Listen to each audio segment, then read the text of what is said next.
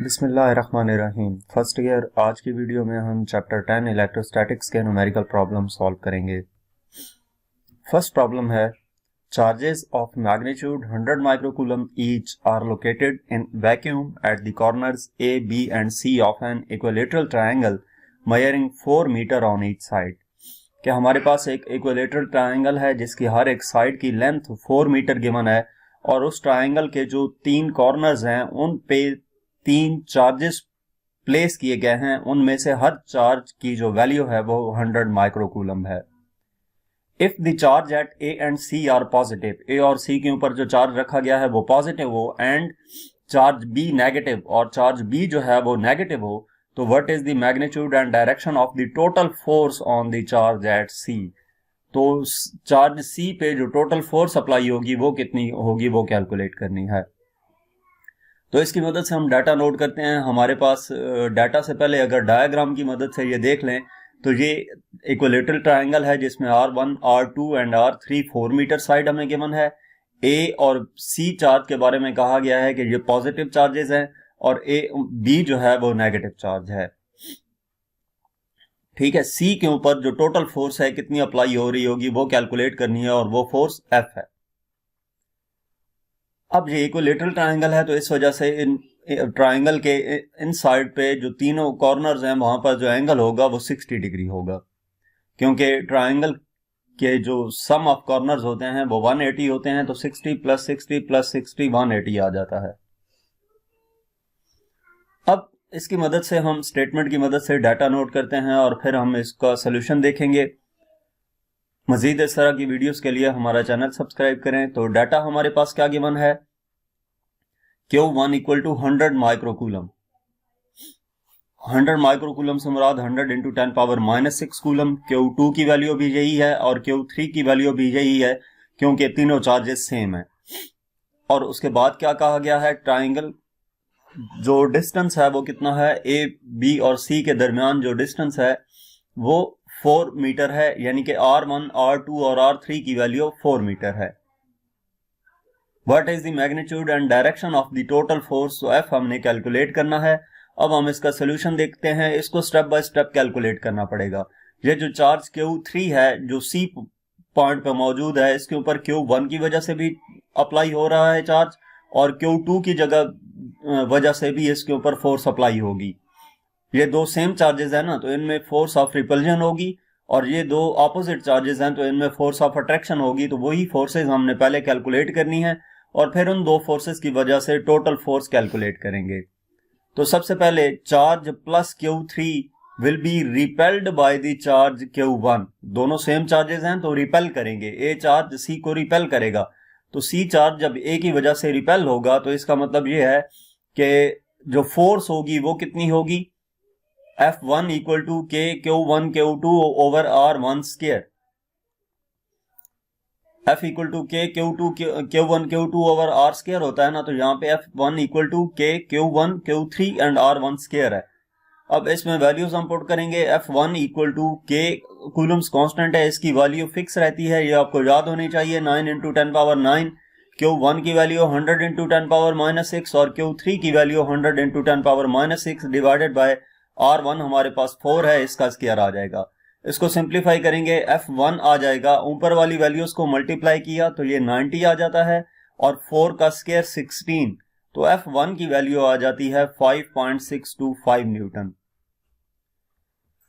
Next numerical number 2 है। इसी numerical का पहले हिस्सा है। अभी हमने F1 कैलकुलेट किया है, अब हम कैलकुलेट करेंगे वैल्यू F2 की, जो कि बी और सी चार्ज के दरमियान फोर्स ऑफ अट्रैक्शन मौजूद है। बी और सी के दरमियान ऑपोजिट चार्जेस होने की वजह से फोर्स ऑफ अट्रैक्शन है वो F2 है, वो हम कैलकुलेट करेंगे। तो charge plus Q3 will be attracted by the charge minus Q with force F2 which is given by, अब यहां पे भी कूलम्स लॉ अप्लाई करेंगे, F2 इक्वल टू के Q2 Q3 over R2 square. इसमें हम वैल्यूज पुट करेंगे। Values वही हैं जो पिछले स्लाइड में हमने F1 के लिए पुट की थी, क्योंकि सारी वैल्यूज सेम है। तो इसको भी सॉल्व करेंगे तो हमारे पास F2 की वैल्यू भी 5.625 न्यूटन आ जाएगी। अब टोटल फोर्स F कैलकुलेट करने के लिए हमें क्या करना है, जो एंगल है हर कॉर्नर पे इक्विलेटरल ट्रायंगल का वो 60 डिग्री है, ठीक है।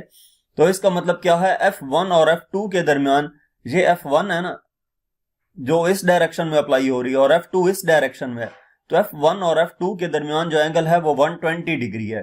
तो रिजल्टेंट फोर्स Q3 पे कैसे कैलकुलेट करेंगे हम, इस फार्मूले के जरिए से F equal to under root F1 square plus F2 square plus 2F1 F2 cos theta.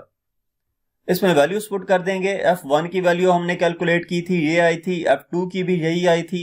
F1 और F2 की वैल्यूज जहां पे पुट की और cos थीटा की वैल्यू 120, F और F2 के दरमियान जो एंगल है वो 120 डिग्री है।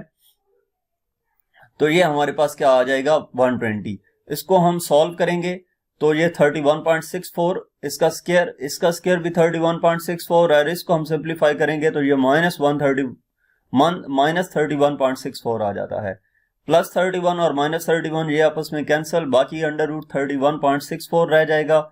इसका हम अंडर रूट लेंगे तो फोर्स आ जाएगी 5.625 न्यूटन, और ये फोर्स जो है पैरेलल टू ए बी होगी। हमने रिजल्टेंट फाइंड किया है ना F1 और F2 का, तो ये जो फोर्स आएगी ये क्या आएगी, ए बी जो साइड है उसके पैरेलल आएगी।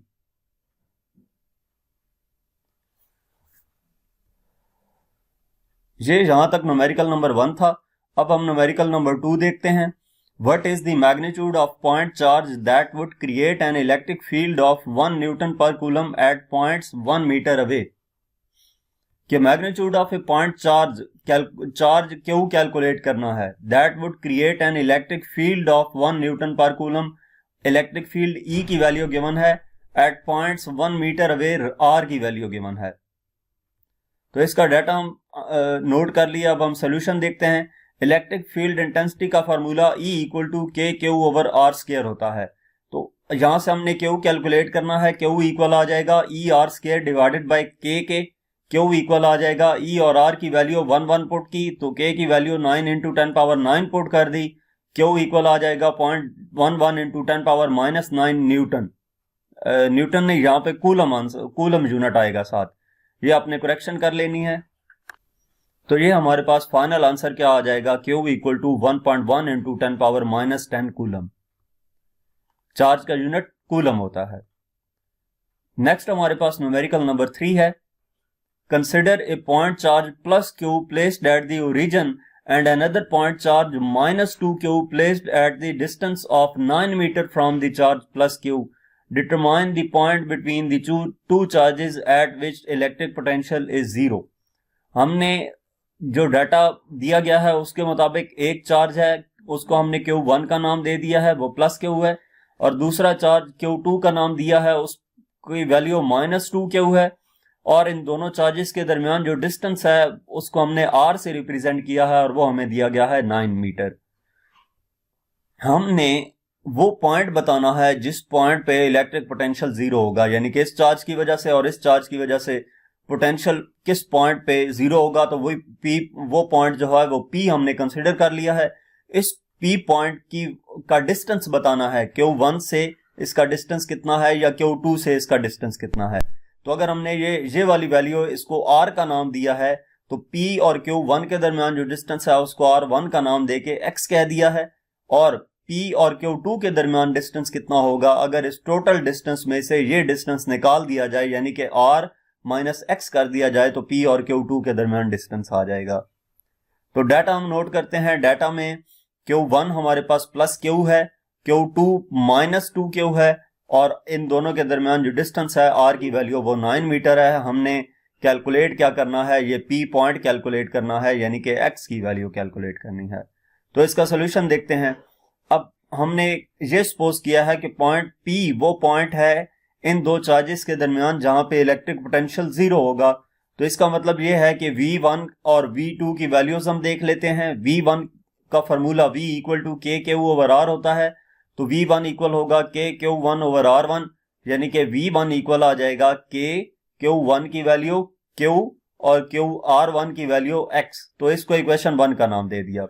इसके बाद V2 जो है वो क्या है, के Q2 ओवर R2। अब Q2 की वैल्यू हमारे पास क्या है, माइनस 2 क्यू, और R2 क्या है, R माइनस एक्स, तो इसको इक्वेशन 2 का नाम दे दिया। अब एक और चीज जो हमें बताई गई है, मुझे बताया गया है कि P पॉइंट वो पॉइंट होगा जहां पे पोटेंशियल, इलेक्ट्रिक पोटेंशियल जीरो होगा। जब P पॉइंट पे इलेक्ट्रिक पोटेंशियल जीरो है तो इसका मतलब ये है कि टोटल पोटेंशियल क्या होगा, P पॉइंट पे V equal to V1 plus V2, यानी कि जब V की वैल्यू जीरो है, हमें बताया गया है टोटल पोटेंशियल जीरो है, तो जीरो इक्वल आ जाएगा V1 प्लस V2 के, तो V1 इक्वल आ जाएगा माइनस V2 के। अब इस इक्वेशन में V1 और V2 की वैल्यूज हम पुट कर देंगे, यानी कि ये हमारे पास बन जाएगी इक्वेशन। V1 की जगह पे K Q over X put कर दिया, जो अभी हमने पिछली स्लाइड में सॉल्व किया था, minus equal to minus V2 की वैल्यू भी यहां पर पुट कर दी। इसको सिंप्लीफाई करेंगे, K Q दोनों तरफ है, ये आपस में कैंसिल हो जाएगा, ये माइनस माइनस प्लस हो जाएगा, तो बाकी क्या रह जाएगा, 1 over X equal to 2 over R minus X. Cross multiply करेंगे, 1 into R minus X equal आ जाएगा 2x के, यानी कि आर माइनस एक्स इक्वल आ जाएगा 2x के। x उधर जाएगा तो प्लस हो जाएगा, 3x इक्वल आ जाएगा r के, x इक्वल आ जाएगा r बाई 3 के, यानी कि r की वैल्यू अगर हम इसमें 9 पुट करते हैं जो कि हमें स्टेटमेंट में दी गई थी, तो x की वैल्यू आ जाती है 3 मीटर। ये x की वैल्यू क्या है, 3 मीटर। इसका मतलब क्या है कि पॉइंट P जहां पर इलेक्ट्रिक पोटेंशियल जीरो होगा, वो P पॉइंट Q1 से 3 मीटर के डिस्टेंस पर है। इसके बाद नेक्स्ट हमारे पास प्रॉब्लम नंबर 4 है। An object having a net charge of 24 microcoulomb is placed in a uniform electric field of 610 Newton per coulomb directed vertically. What is the mass of this object if it floats in the field? कि एक object है जिसके ऊपर net charge 24 microcoulomb है और उसको एक uniform electric field में रखा गया है। उस यूनिफॉर्म इलेक्ट्रिक फील्ड की वैल्यू दी गई है 610 न्यूटन पर कूलम, और इस इलेक्ट्रिक फील्ड की जो डायरेक्शन है वो डाउनवर्ड है। What is the mass of this object if it floats in the field? अगर ये मास फ्लोट करता है उस इलेक्ट्रिक फील्ड के अंदर, तो इसका मास क्या होगा? हम डाटा नोट करते हैं। सबसे पहले क्या कहा गया है, object have a net charge 24 microcoulomb. Q की वैल्यू 24 माइक्रोकूलम, यानी कि 24 into 10 power minus 6 coulomb given है। Electric field E 610 Newton per coulomb. Mass of this object if it floats on the field M calculate करना है। तो इसका हम solution देखते हैं। हमारे पास एक चीज आपके जहन में होनी चाहिए कि जो ऑब्जेक्ट फ्लोट करेगा, तो जब इलेक्ट्रिक फोर्स अपवर्ड हो और वेट डाउनवर्ड हो, तो इसका मतलब ये है कि इलेक्ट्रिक फोर्स जो है Fe वो इक्वल होगी उसके वेट के, तभी ऑब्जेक्ट फ्लोट करेगा। तो Fe का फॉर्मूला हमारे पास होता है QE और W इक्वल होता है mg के। यहां से हमने m कैलकुलेट करना है, तो m इक्वल आ जाएगा QE डिवाइडेड बाय g के। इसका मतलब है वैल्यूज इसमें पुट करते हैं QE और g की। Q और E की वैल्यूज गिवन है, G ग्रेविटेशनल एक्सेलरेशन है, इसकी वैल्यू 9.8 पुट कर दी, तो M इक्वल आ जाएगा 1.5 इंटू 10 पावर माइनस 3 किलोग्राम के। किलो की वैल्यू 10 पावर प्लस 3 होती है, तो 10 power plus 3 10 power minus 3 cancel, तो मैस आ जाएगा 1.5 ग्राम के।